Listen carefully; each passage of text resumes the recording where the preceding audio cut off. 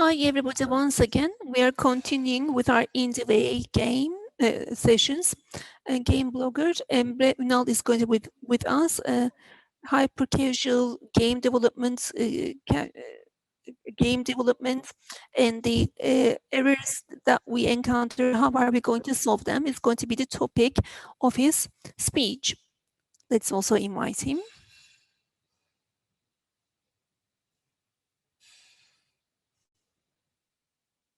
Hi, welcome. Hi there. I'll leave the floor to you. Okay. Let me just share my screen.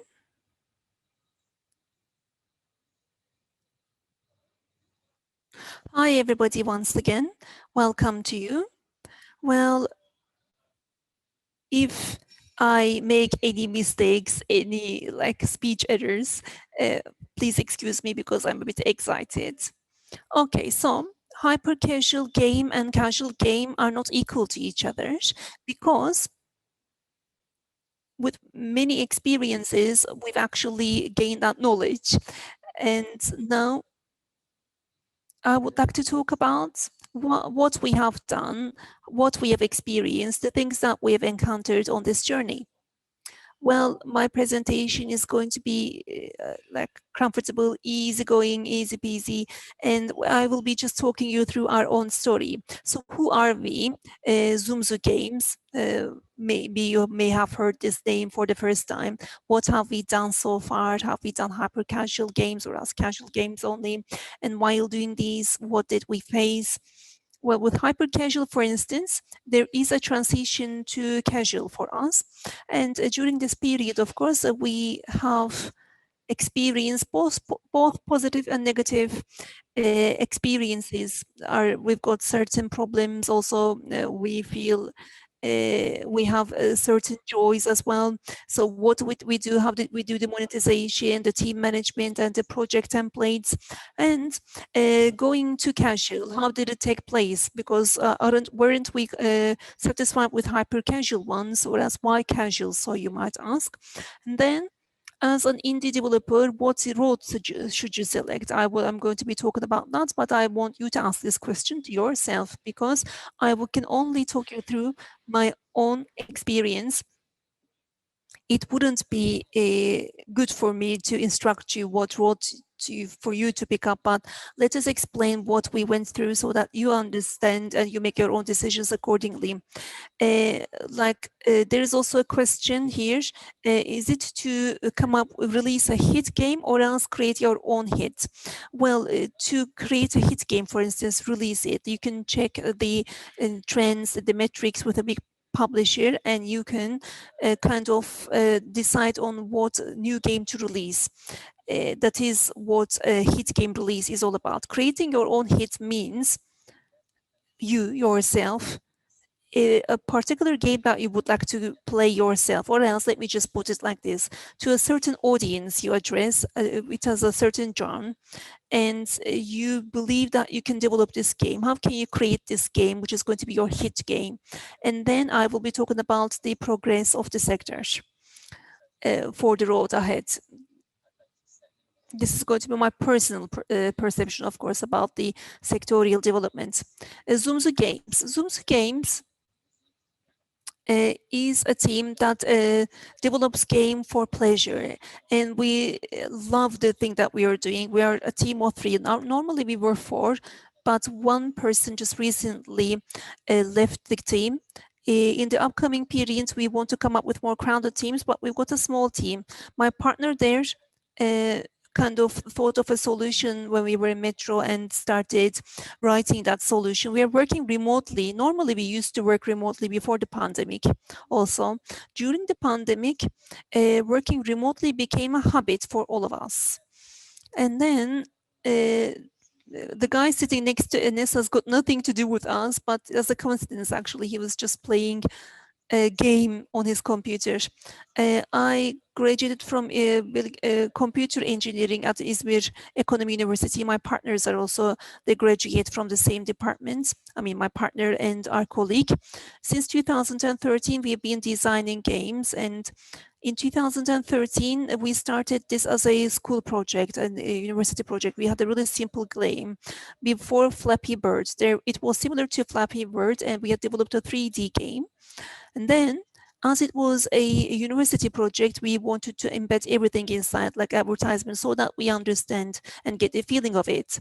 And then Flappy Bird was released 5-6 months later, and then the game download of our program started increasing, and we started making money out of it. And then we wondered to ourselves whether we could go professional, and that is how we started our journey. It could be regarded as luck up to a certain extent, and it's not that we're going to be making a huge amount of money here and let's just delve into this business, but the conditions actually diverted us to enter into this sector. And then in 2015, we started releasing our own games. We tried games from different genres, like Tetris, like puzzle, you name it.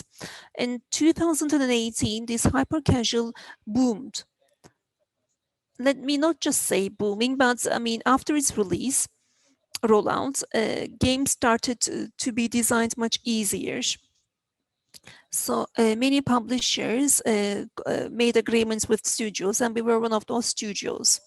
And then as we got used to the publishers, we improved ourselves, we progressed, and we kind of like sheltered ourselves for a year, and we just created work on hyper-casual. And in 2020, we established Zoomzo Games. But before that, before becoming a company, again, actually, we were releasing these games under our own website.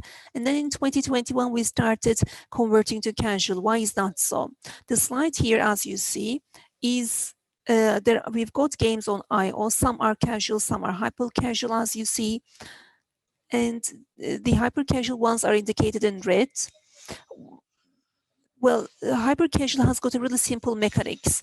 I mean, before these trend reports, we used to come up with hyper-casual games.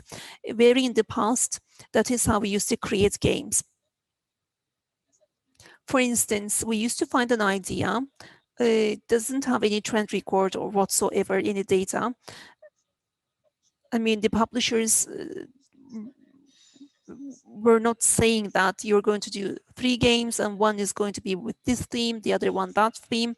We used to find our own idea, and then we used to think of the conditions of the game, how we could be winning and losing this game. And when I proceed in this game, in order to retain the gamer, what should we do?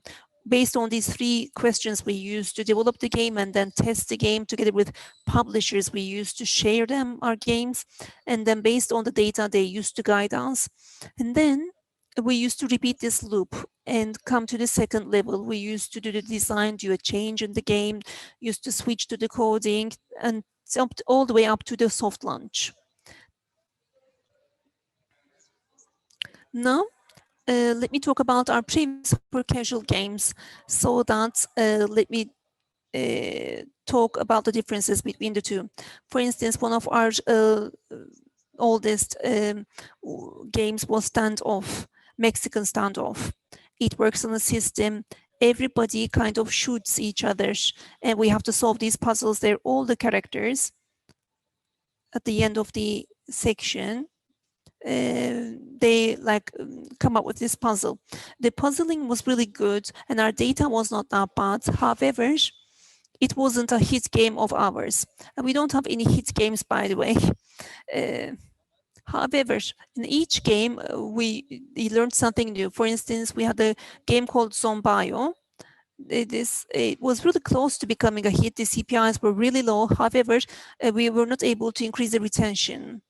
And the problem here was about the visuals, I guess, because with the same mechanic, with the same functionality, there are many other games which became hits, popular. And then we had another game called Stickman. and stickman merge. On our, we used to merge our characters and develop the items. On the top, there is this character that you see in green. It is got attack, armor, and healthy. And on top of it, we used to assign the item and it used to become stronger. And that is how the gamer used to progress. Well, as you see, in each game, there was a different mechanics. The same game, we don't want to repeat the same game, to tell you the truth. There was this game called Coloris, which was really simple. The colored balls coming from the vicinity, when we put them adjacent to each other, three same adjacent colors, they disappear. What is important is to leave the main circle empty. I mean, designing simple games was really important at the time, but now hyper-casual is evolving. That is what we see. Now it more like has an inclination for complexity, which is to say, hyper-casual games are released. After their release, the developers of the game, they try to retain the gamers.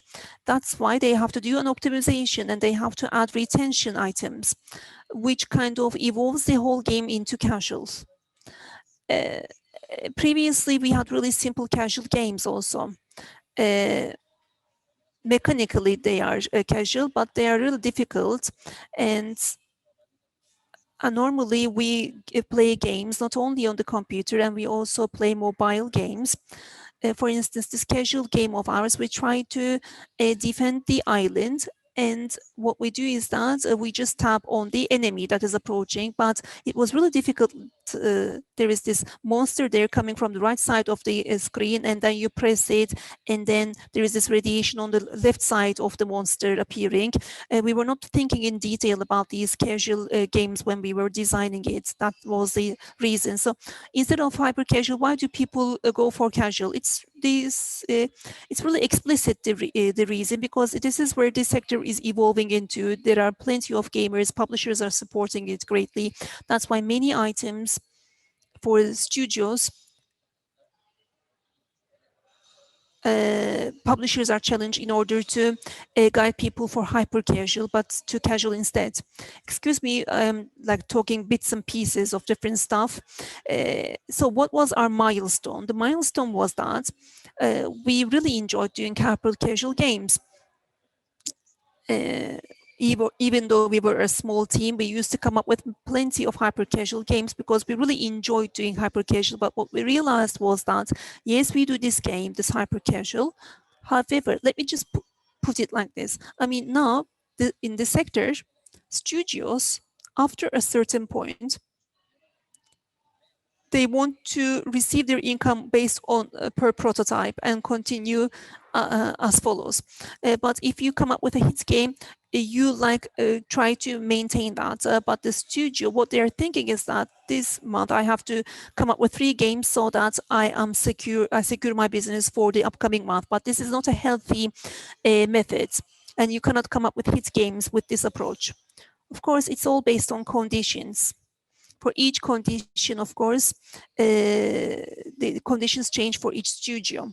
Okay, so during our milestone, we started working with a different publisher to play games. And in the past, when we were studying at Izmir Economy University, in Global Game Jam, actually, we had gotten to know each other, and they had this vision. We create games, but we can do better games. So why should we always continue with hyper casual while we can do it better? So in this respect, we kind of rely on this publisher in this company, because more or less we saw eye to eye with each other. And then the first game that we came up with together was the Penguins Cold Feet's Journey. In terms of game mechanics and visuality, it has got a huge difference compared to our previous hyper casuals. Here you see a visual from the first version of this game. On the right side, you see the first stage of the game development.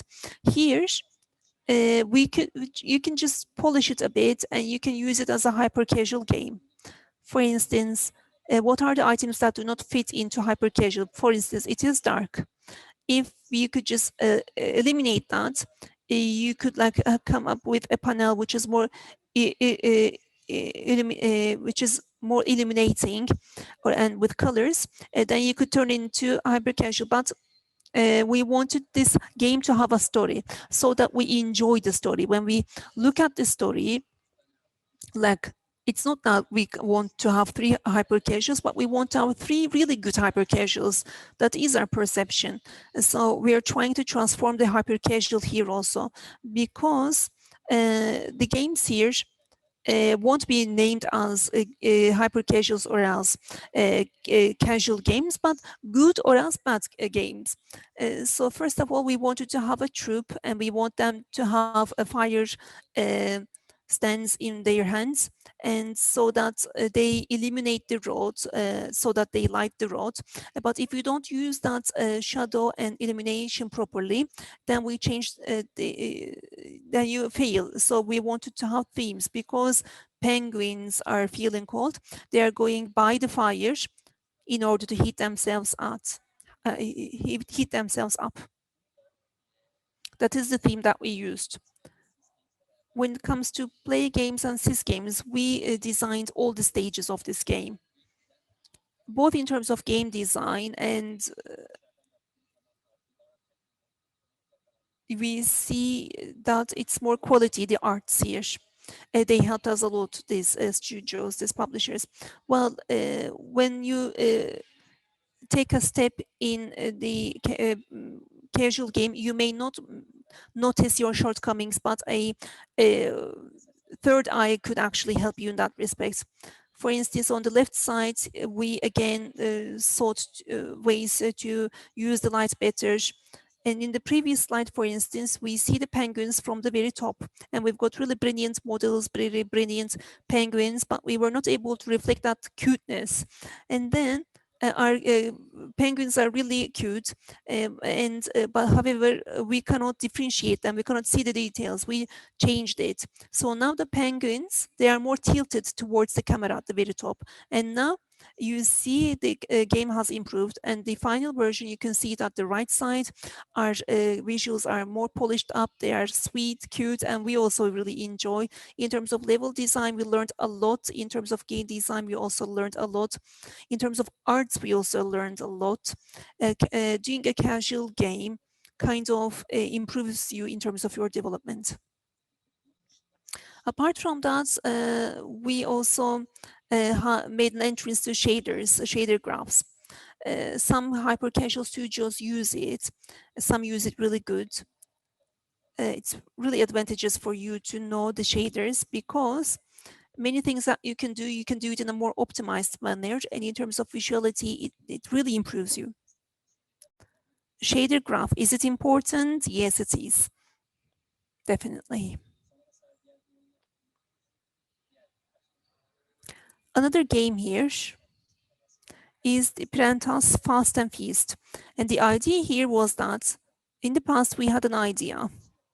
And we wanted to have something really crowded that we could fragment into, divide into on the screen. And that let's create a satisfaction item with this division, fragmentation. And we just thought of a few things, ideas, and this piranhas eating an object was the thing that we liked the most. Piranhas go up to an object which is found in water, and they eat it by fragmenting into bits and pieces. This is hyper casual. The mechanics is really easy, and visuality is really sweet, nice, but compared to other hyper casual games, you'll see that the colors here, the depth, perception, it's really different. And also our levels are really different from each other.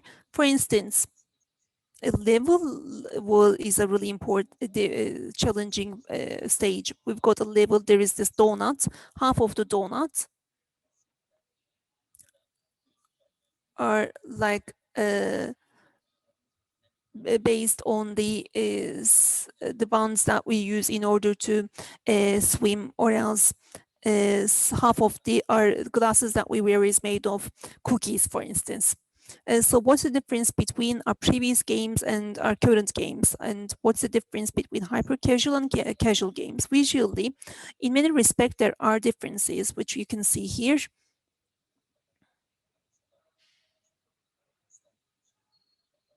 standoff, zombie, for instance.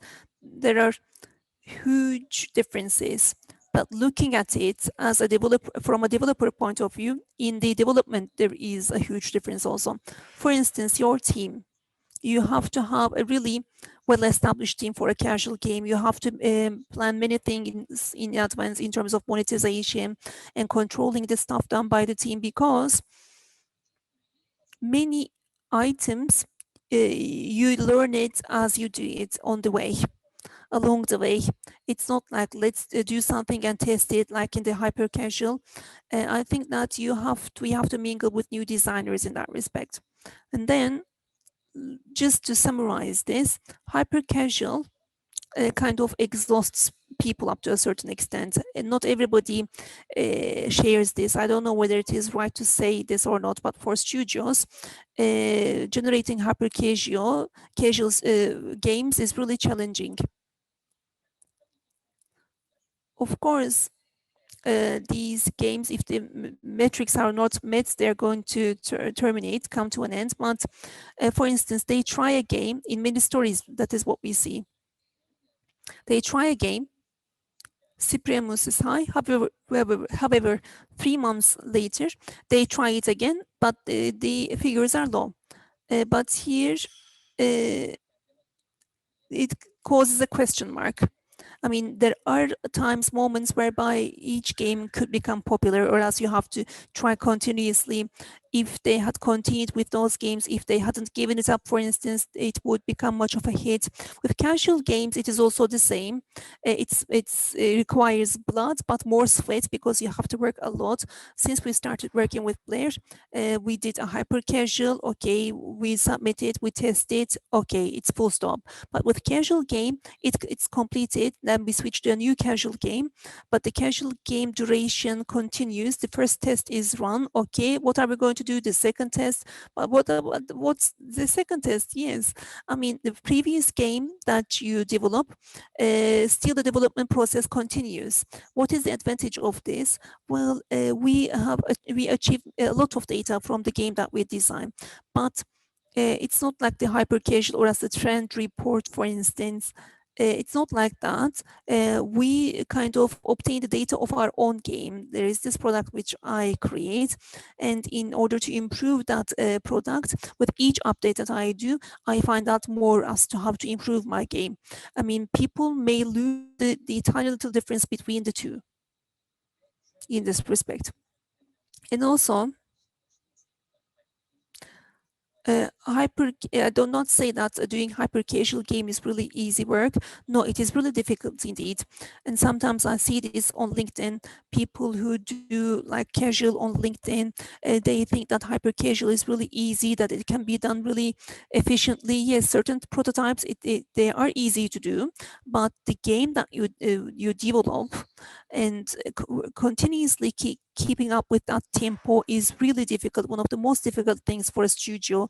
And you have to keep your motivation high at all times, because there is all this hit game that has been promised to you, and you're got this potential to come up with a hit game, and you exert all your motivation to come up with a hit game. And casual game, they say that it is really difficult. I do not agree with that, because designing a casual game, it more depends on the studio. If you want to do this job really a lot, then you can do it, so you don't have any hindrances. You all what you have to do is to try. Studios, what they think is that, okay, let's have this hyper casual, and then we will immediately switch to casual because we need cash, money, so that we found the casual. But no, that is not the case indeed.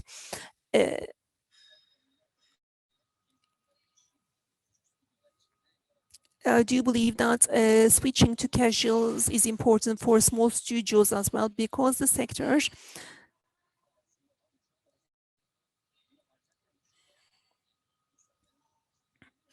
are in the hands of people or companies who are really big and who've got the potential, who've got the money. You have to have an innovative approach in order to attract them. Maybe not in the direction that everybody is towarding themselves to, but you could like be more creative and more innovative and think of something which others have not thought of. These are my ideas, by the way. I'm curious to find out about yours also. Thank you very much for listening to me. We can proceed with the Q&A. If there are questions, I can answer them. You can get in touch with me on Instagram, via email, anytime, anywhere. I would be willing to answer your questions. Thank you so very much.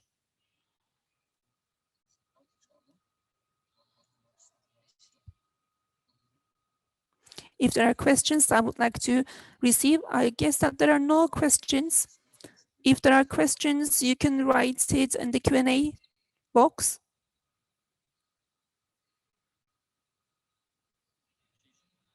Well, casual games in general, you know, I have to do this casual game, but it is really difficult. It's a perception that people have. If there are people who think like this, hopefully their ideas have changed a bit. I hope that I have contributed to that change a bit. Well, as far as I understand, you only do casual, only you don't create hyper casual. Well, hyper casual, we continue doing hyper casual also, but we do not exert all our effort there. For instance, our team, we kind of divide it. For instance, we just like allocate our time to different things. There are some times whereby we more develop ourselves in hyper casual, and there are some times where we do not. Is there a question, by the way? Yeah, we receive questions. Well, there are games that, yes, the question was about advertisement expenditures.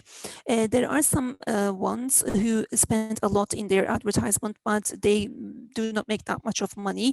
But what we do is that the number of the gamers that you gain and the income actually depends on your monetization management. If like you plan your advertisements accordingly, then you do not make a loss indeed. Is there a stress? Yes, there is always stress, of course. There's nothing that we can do about it. It's not like let us make more money, but we just want to get in return something for against our endeavors. And here another question was asked about the amount of advertisement expenditure. Well, in general, with our publisher, we agree on that. And in certain periods of advertisement, we do it.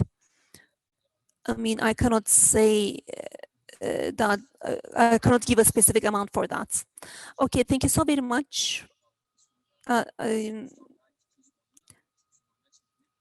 A popular hyper-casual game, is it possible to convert it into casual game? Yes, it is. In most of the hyper-casual games now, if they are profitable still, we see that they are converting it into casual games.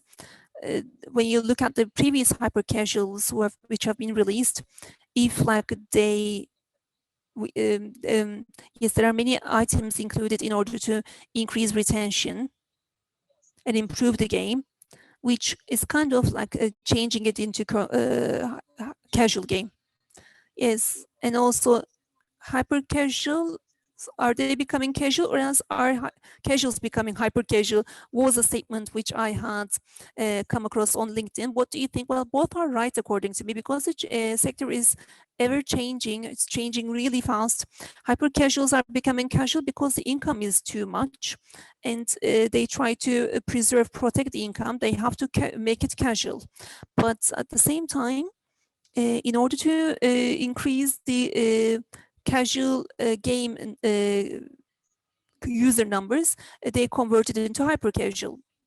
And if you go through the data effectively so as to find out what your users want from you, hyper casuals, we know that it delivers a much higher income compared to casual games.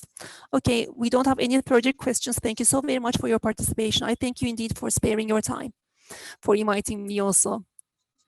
Thank you. Hope to see you. We'll catch up in the next session. Bye-bye.